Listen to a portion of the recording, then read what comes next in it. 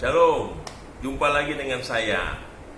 Kita akan bernampak tilas untuk mengingat peristiwa di dalam fakta sejarah bahwa Yesus Kristus yang kita sembah, Dia bukan hanya Allah yang mati di salib, tetapi Dia Allah juga yang bangkit dari antara orang mati, dan setelah hari yang ke-40 Dia naik ke surga. Untuk itu saya akan membawa saudara untuk melihat fakta-fakta yang ada di tempat di mana Tuhan Yesus Dia naik 2000 tahun yang lalu dan disaksikan oleh para murid-murid di Bukit Zaitun. Saya akan membawa saudara mengajak langsung untuk menuju ke lokasi di mana Yesus Kristus Dia naik ke surga. Dengan demikian kita tidak ragu, kita tidak bimbang, oleh karena juru selamat kita Yesus Kristus Dia memang sungguh-sungguh naik ke surga. Mari saudara, kita saksikan bersama-sama dan kita akan bersama menuju ke sana. Tuhan memberkati. Haleluya. Saudara, saat ini kita masuk ke kota Yerusalem. Ini adalah jalan masuk menuju kota Yerusalem. Kita tahu bahwa kota Yerusalem merupakan salah satu kota tertua di dunia. Kurang lebih selama 5.000 tahun terus-menerus didiami manusia, dan justru ada kaitannya dengan Alkitab, firman Tuhan. Maka ia merupakan satu kota yang unik. Yerusalem terletak 52 km di sebelah timur Laut Tengah dan 19 km di sebelah barat Laut Mati, pada ketinggian 835 meter di atas permukaan laut. Di atas sebuah bukit segitiga yang membentuk satu jalan lintas dengan Hebron di bagian selatan, dengan Betel di bagian utara, Bukit Batu Karang atau Bukit Muriah yang terletak di utara, dan kedua bukit di sebelah timur yang hanya dipisahkan oleh satu lembah Tripoan. Ia terletak pada satu jalur tua di bagian utara yang menghubungkan dengan selatan Mesir, sekaligus membentuk garis penghubung antara negara berabad-abad yang teramat penting, karena di dekat tempat ini terdapat sungai Gihon, satu-satunya mata air segar di kawasan ini. Maka orang-orang Kanani telah membangun satu kota penting, negaranya di atas Bukit Opel. Yerusalem, kota bersejarah yang sangat jelas tertulis di dalam Alkitab. Saudara, di dalam Alkitab di tahun 464 sampai dengan 424 sebelum Masehi, di kala kepemimpinan Raja Sirus menguasai tanah Kanaan yang sekarang disebut dengan Palestina, yang merupakan bagian dari Israel. Raja mengangkat Zerubabel, seorang Yahudi yang taat dan yang bertakwa kepada Tuhan, untuk menjadi gubernur di Yerusalem. Di saat ini umat Israel yang kalah perang dan ditawan di negara Babilonia diperkenankan untuk balik ke tempat di mana dia berasal, yaitu di Yerusalem, di tanah leluhurnya. Dan atas prakarsa Nabi Nehemia dan kawan-kawannya, Nehemia berencana membangun kembali Bait Allah yang telah diruntuhkan, yang dibangun pertama oleh Raja Salomo. Nehemia pula lah yang kemudian menjadi gubernur di Yerusalem. Nehemia dengan berani, gigih dan ulet, dia berusaha untuk menyatukan umat Tuhan yang kala itu sedang mengalami masa kegelapan, baik itu secara spiritual maupun juga secara rohani dan secara moral, sehingga Nehemia melakukan satu upaya transformasi yang luar biasa. Salah satu upaya yang dilakukan pertama-tama, yaitu mereka mengajak orang-orang yang kembali dari pembuangan untuk membangun kembali Yerusalem. Pada akhirnya Nehemia berhasil kembali membenahi Yerusalem dan membangun kota Yerusalem yang telah hancur total itu dengan tembok yang dibangun dengan megah sekelilingnya. Dan jelas sekali bahwa Nehemia dia membangun tembok Yerusalem dengan membangun 12 pintu gerbang, dan itu tertulis di dalam Nehemia pasal yang kedua mulai dari ayat yang ke-13 sampai dengan Nehemia pasal 12. Ada 10 gerbang disebutkan di situ.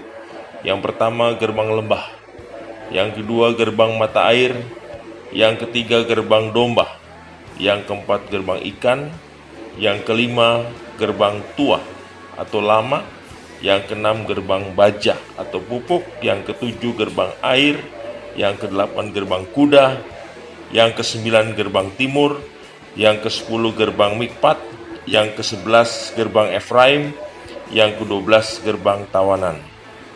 Setelah mengalami proses yang panjang karena perang, maka terjadi kedamaian. Kemudian Yerusalem terjadi lagi perang, sehingga pada waktu itu terus-menerus Yerusalem mengalami hal-hal yang membuat kota ini menjadi satu kota yang penuh dengan konflik. Saat ini Yerusalem memiliki 7 gerbang. Sesungguhnya ada 8 gerbang. Gerbang yang ada saat ini yaitu gerbang Elok atau gerbang emas, yang pada tahun 1530 ditutup. Sampai saat ini gerbang itu belum dibuka. Oleh sebab itu hanya 7 gerbang yang ada saat ini yang terbuka. Dinding tembok yang mengelilingi kota tua Yerusalem yang ada sekarang ini terdiri dari batu-batu pahat berwarna coklat muda, didirikan oleh Sultan Sulaiman orang Turki di tahun 1538 sampai dengan 1541, dan sebagian dibangun pada zaman Sultan Saladin yang berkuasa di abad ke-12. Tetapi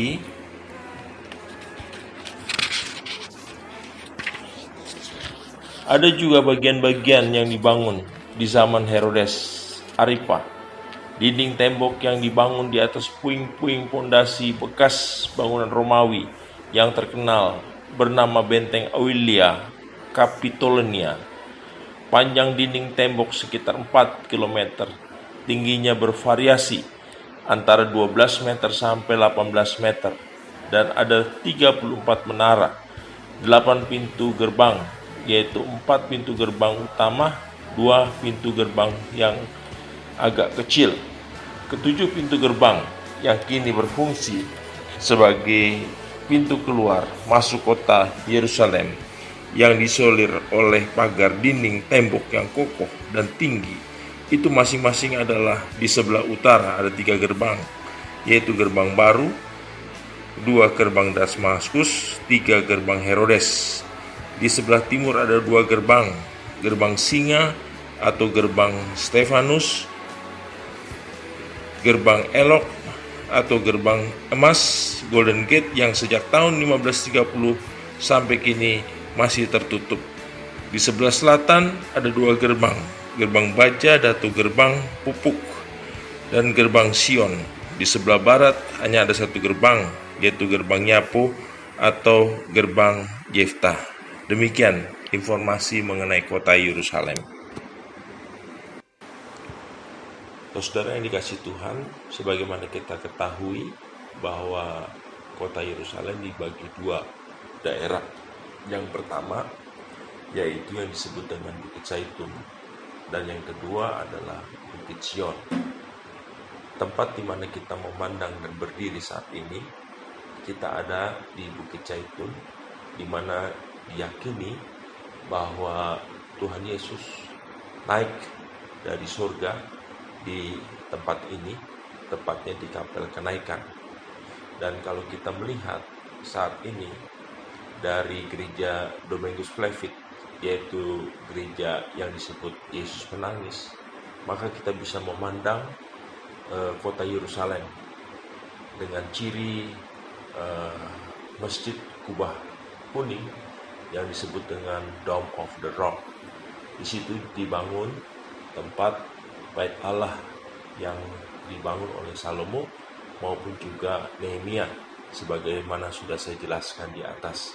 Dan tidak jauh dari Dome of the Rock, di situ banyak sekali tempat-tempat penting, antara lain Bukit Sion, di mana para murid menantikan janji Tuhan Yesus ketika Tuhan berjanji di Bukit Sion bahwa Dia akan mencurahkan Roh Kudus-Nya. Demikian.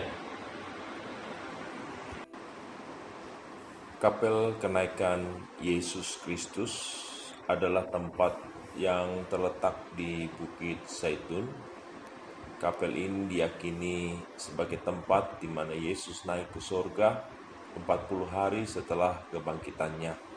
Di dalam kapel ini terdapat sebuah batu di mana diyakini terdapat telapak kaki Tuhan Yesus sebelum berangkat ke surga. Menurut tradisi dari abad-abad awal kekristenan, Yesus naik ke surga dari atas batu itu. Kapel Kenaikan ini telah mengalami beberapa kali renovasi. Bangunan pertama dibangun di situs kapel ini dikenal sebagai Imbomon, atau dalam bahasa Yunani adalah di atas bukit, pada abad ketiga. Kapel Kenaikan Yesus ini salah satu dari 4 tempat suci yang penggunaannya masih dalam status quo. Ada kesepakatan khusus dari berbagai denominasi Kristen tentang cara penggunaan gereja-gereja itu. 3 lainnya adalah Basilika Kelahiran di Bethlehem, Basilika Kebangkitan di Kota Tua Yerusalem, dan makam Santo Perawan Maria di Lembah Kidron dekat Getsemani. Namun Kapel Kenaikan Yesus adalah satu-satunya berada di bawah yurisdiksi Waqf, yaitu otoritas Muslim dalam hal tempat-tempat suci. Kapel yang ada sekarang ini dibangun di masa Perang Salib di tempat gereja yang sebelumnya dibangun di tahun 614 oleh orang Persia. Tempat suci itu dikunjungi juga oleh orang Islam yang percaya akan kenaikan Yesus ke surga, namun menyangkal kematiannya di salib dan menolak kebangkitannya. Puji nama Tuhan, kita sudah bersama-sama melihat di mana Tuhan Yesus naik ke surga di Bukit Zaitun. Dan mari kita melihat apa yang dikatakan firman Tuhan sebagai ucapan Tuhan Yesus kepada kita semua. Di dalam Yohanes pasal yang ke-14 ayat 2 dikatakan demikian. Sebab aku pergi ke situ, maksudnya ke surga. Dikatakan di sini untuk menyediakan tempat bagimu. Puji nama Tuhan bahwa saudara dan saya, Tuhan Yesus berjanji akan menyediakan tempat. Oleh karena apa? Oleh karena kita sudah memiliki Yesus di dalam kehidupan kita sebagai Tuhan dan Juru Selamat. Karena Dia adalah Tuhan, jalan, kebenaran, dan hidup. Untuk itu kita patut bersyukur oleh karena Dia tidak hanya naik ke surga, tetapi Dia menjanjikan kepada kita semua, saudara dan saya, tempat di surga. Terpujilah nama Tuhan. Untuk itu mari kita bersama-sama berdoa, mengucap syukur untuk anugerah keselamatan yang Tuhan berikan. Mari kita berdoa, saudara dikasih Tuhan. Kami sungguh berterima kasih akan apa yang Tuhan berikan kepada kami. Bahwa kami setelah percaya kepada Tuhan Yesus, kami dijanjikan untuk kami boleh mengalami keselamatan. Dengan demikian, kami akan bersama-sama dengan Tuhan Yesus tinggal di surga, sebagaimana janji Tuhan yang kami baca di dalam Yohanes 14 ayat 2, bahwa Tuhan pergi ke surga untuk menyediakan tempat bagi kami. Kami berterima kasih untuk anugerah-Mu bagi kami semua. Untuk itu ajar kami untuk setia di dalam kehidupan kami sampai kami dipanggil oleh Tuhan. Untuk itu Tuhan tolong beri kami kekuatan agar kami dapat memasuki kehidupan kami untuk terus-menerus menjadi saksi Tuhan. Di dalam nama Tuhan Yesus Kristus kami berdoa. Amin. Puji nama Tuhan, Tuhan memberkati.